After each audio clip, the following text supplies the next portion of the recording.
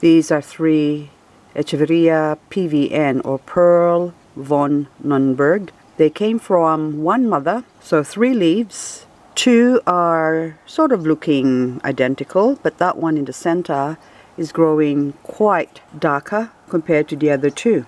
Hello there, my name is Liz, a self-confessed succulent addict. Welcome to my channel, Growing Succulents.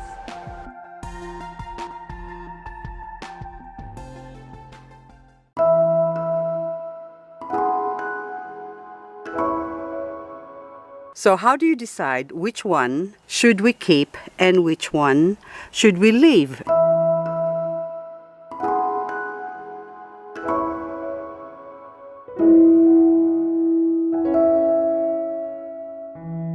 When they flower, I would let them flower in the hope that it will have some leaves like this. These leaves propagate really well, provided you pick them at the right time or when they're still young and not too old. We're not going to worry about the flower because I'm not really saving the seed. So this is like the seed pod that's still green.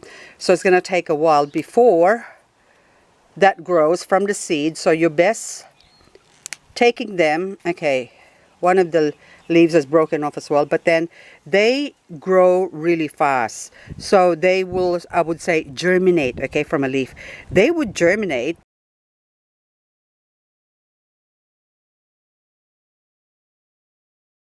if you keep them dry and in a cool place where there's bright light, no direct sunlight.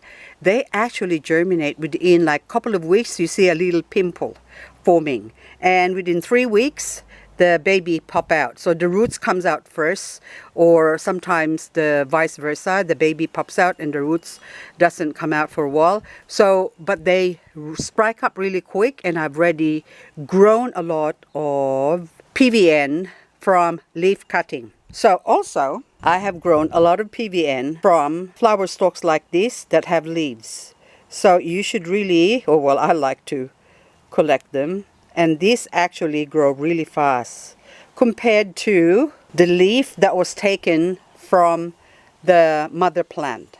So this one will strike longer compared to this one, provided these ones you get them at the right time when they're still young. Once they're old, then you want to throw them away. So every single leaf that I see, I would collect, provided there's no mealybugs or anything. So you have to check for aphids. So that one's got a dried up aphids. So just check the back as well. Okay, so even up the top here, that will still germinate.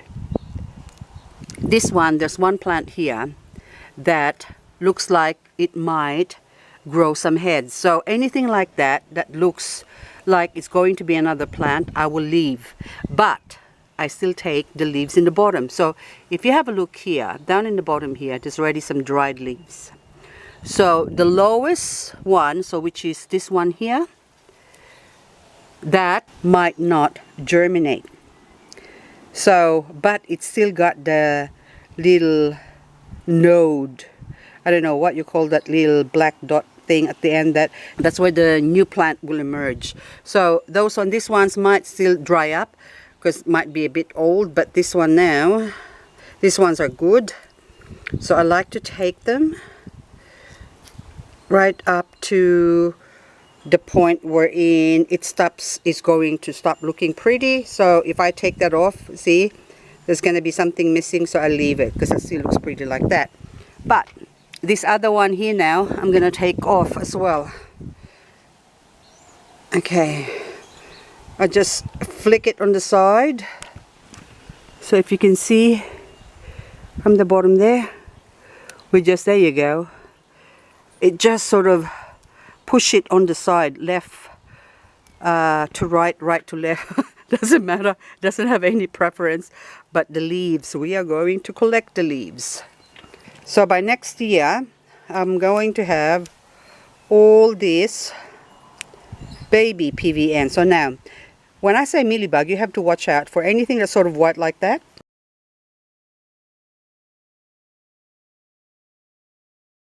You gotta check it and squash it just in case it's mealybug, and then turn over the leaf at the back and at the front, just inspect it if you want to keep that, because normally I would just throw that away. The minute I see a little white thing like that, I would throw it away. But then my brain is saying again that, oh, that's still another plant. But anyway, so this one is good. See, that's nice and clean.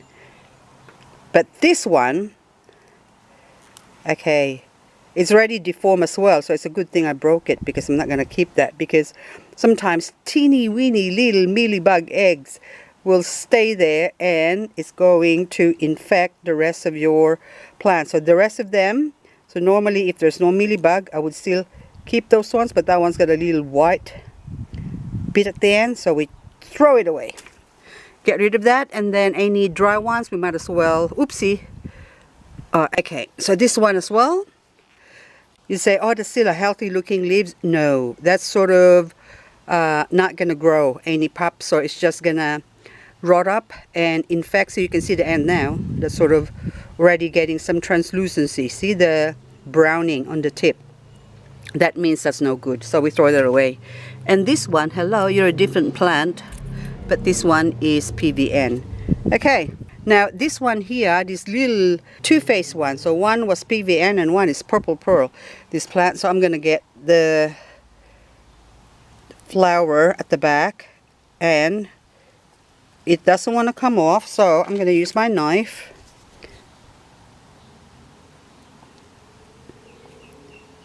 There you go, done. And same drill, we remove that, and there's no mealybug, so it's good. And we just go round and round and round. There you go. The other ones now, that's all from the flower, so we throw that away. And this one's, oh, that one's the same thing. So that's beautiful. So this one, hang on, that might be a plant or one of the, it's not a flower. So if I suspect that it might be a plant, I'll leave it again, and we remove the bottom one.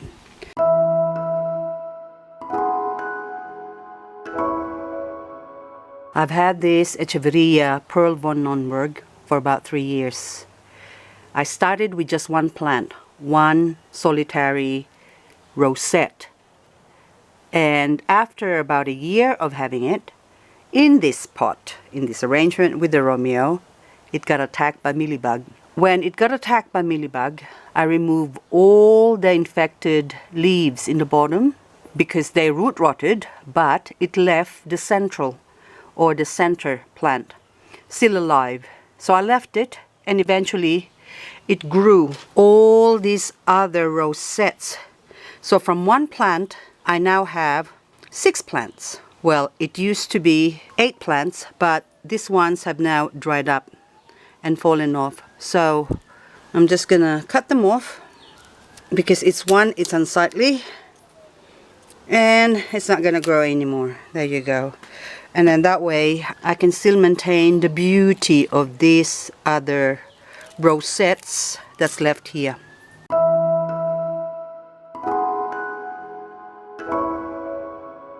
These are now what's left of our harvested leaves from our PVN.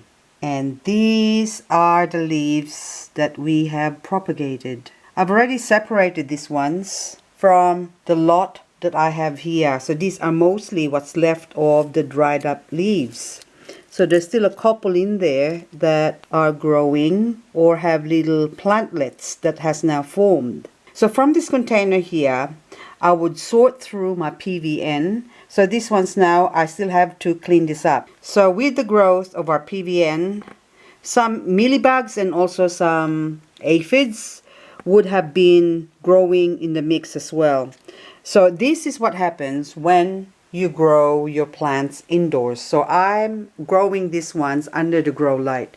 So where these ones are, they are growing on the fringes of my grow light over here. So way, way, way away from my grow light. So they still get certain amount of light, but this is no different than putting it somewhere next to a window or somewhere outdoors undercover where you get plenty of light. So it's basically the same scenario. So now with these ones now, before I do anything with them or transplant them or repot them or whatever I do, I have to clean them up, and they would have some, so there are some little nasty at the end here. So can you see that little bit there in the tip there?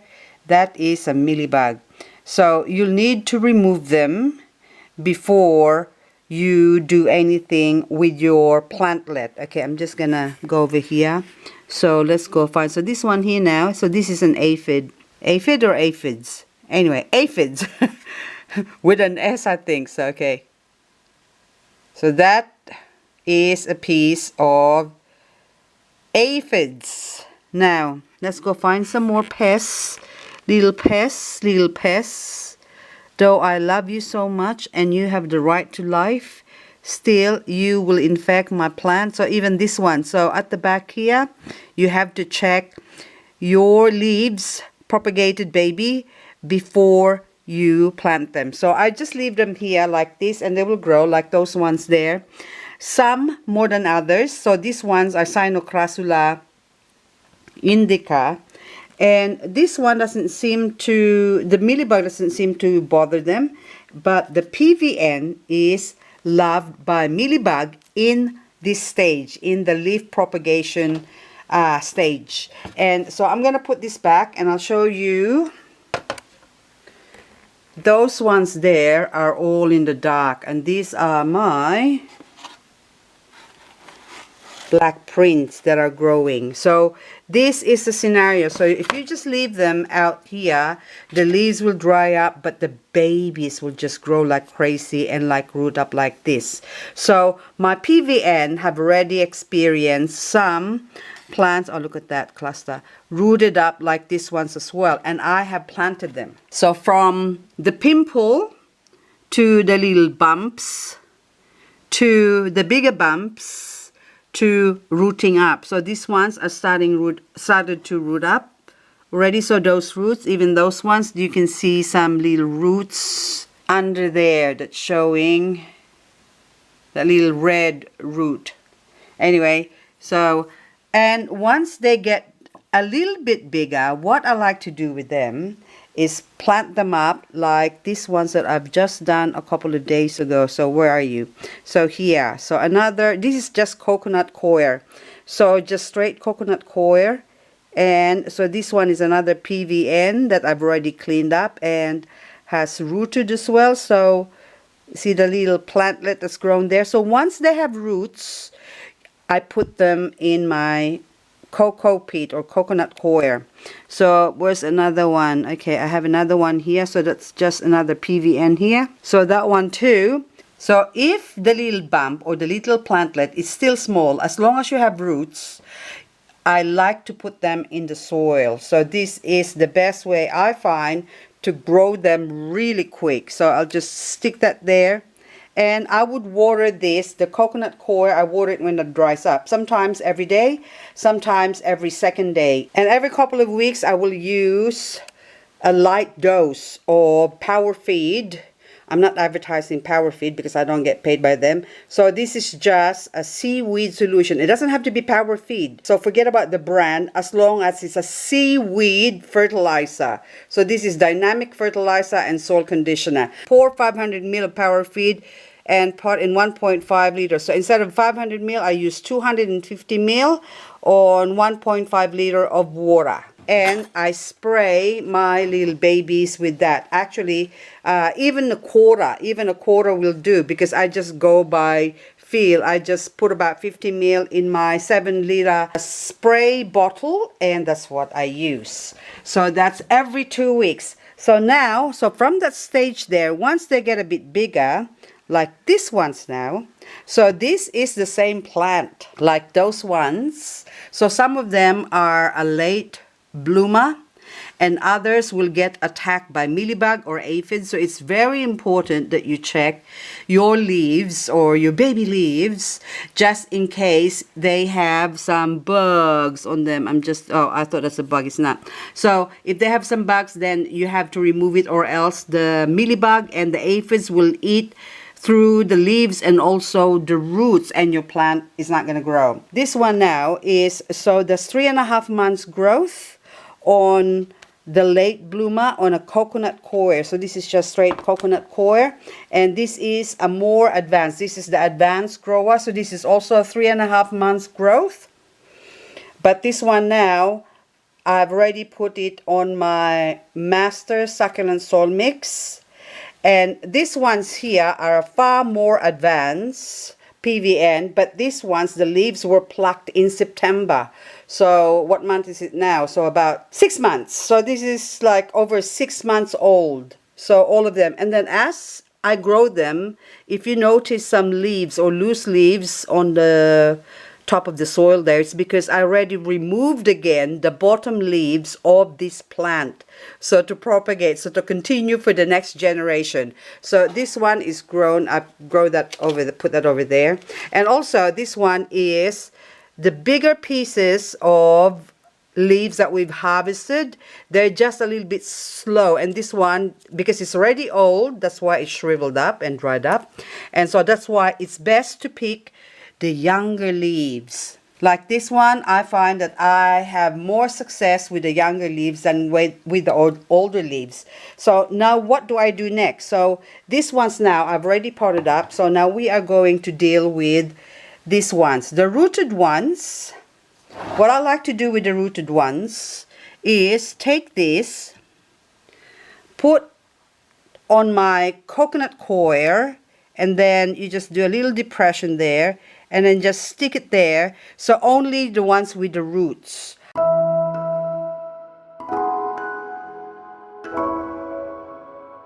I don't put anything that doesn't have any root, because what happened is this. So this is my pink Gaia. So I've got 1, 2, 3 leaves. So that one, notice something? This one is, look what I do. I sacrifice my plants just so to show you, to make a point. So this one doesn't have any roots yet. And yet I already put it in my coconut coir, and this coconut coir, as you can see, it's wet and it's being watered. I watered it last night, so today I probably wouldn't water it because it's still moist. It just depends on the weather and the temperature as to the frequency of watering. So now if I lift this up, you can see that one doesn't have any roots. And since it's being placed somewhere where there is moisture, what it's doing is absorbing the moisture from the soil or the cocoa peat. Now these two, this one is actually the healthiest looking, so that one has already got a root as well, so it's got a tiny bit of root there. So it's sort of half-half, and that's why it's sort of half translucent compared to this one. This one is really healthy because it's already got a lot of roots. So healthy roots are able to suck up the water and sparing the leaves to suck it up. And then this one is another, this is a Laui. That Laui, see, look at the roots of that one. Otherwise, I would not put it there if it doesn't have a root. So this one is a Black Prince as well. They're all rooted. So anything that has roots, even this one here. So that one's already got a root on the side sticking out there. So I only put them again when they have roots. No roots, I don't put them yet because I don't want to water them because they will just rot away. Now this one now has got roots, so all of them's got roots. Okay, so now I can put that there, sort of just make a depression. The roots will find itself or its way down into the soil, which is the cocoa peat. So now this one's now the see these ones here. This one doesn't have obvious roots, but there I can see a couple of red roots right on the tip there. So I don't know if that is showing there or it's blurry, but anyway, so that has roots. So I can also choose to put it on top of here, or another, hang on, this one I just hit it. Another way of doing this is I could also plant it on the soil. So, but if I were to plant it on the soil, like say this one here, this is my master succulent soil mix. If I just put that there, that will also have, say, a 40% chance of rotting because it will absorb the moisture through the soil because the soil is wet. So what I like to do as well with that one is put a layer of, say, coconut coir. So I'm not going to use that one, I'll use this one. So this is also my Master Succulent Soil Mix, but I'll put a layer of cocoa coir because the soil in the bottom is moist. My Master Succulent Soil Mix is moist, and this one will dry up really quick.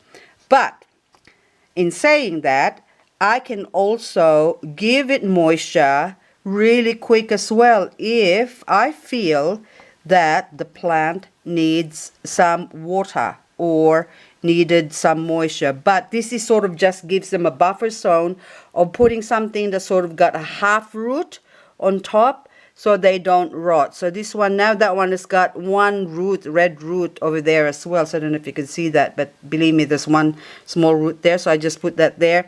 And then this one now, I can also put it here like so,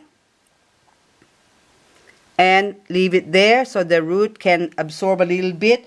But since that's sort of halfway, I'm only gonna water this pot based on these two. If those two roots will stick out in the next couple of days, I'm gonna start watering this. But if not, I'm gonna leave it dry because it will still, the roots will be encouraged to go down into the soil where the Master Succulent Soil Mix in the bottom, so it's quite a big pot, so where the Master Succulent Soil Mix in the bottom is moist. So they're going to reach out for where the moisture is. But this one now, this one is, I'm not gonna use this because I'm only using plants that have roots already. Like, for instance, this PVN over here is long overdue for a transplant. So this is just growing in coconut coir. So once these ones get to this stage now, I can remove that. And this is very hard doing it with one hand. Okay, so I'll take it there and we go here, put you in there, and